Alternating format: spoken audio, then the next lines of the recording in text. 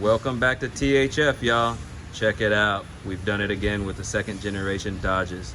Not only do we put the MoriMoto projector in, we've also decided to start doing the DRL boomerangs. Check it out. It looks amazing. Let me show you a little tour of them, what they look like while they're off. You do have the option to change any color projector shroud. You want to change the projector shroud. But check these things out when they come on. Check that out.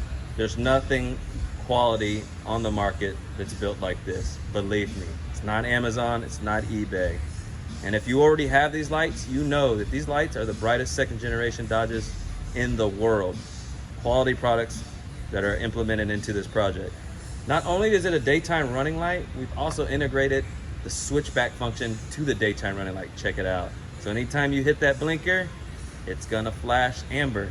And when you come off of the blinker, it goes right back to white. Guys, get your set now while you can, because these are limited edition. We are not going to do over 100 of these.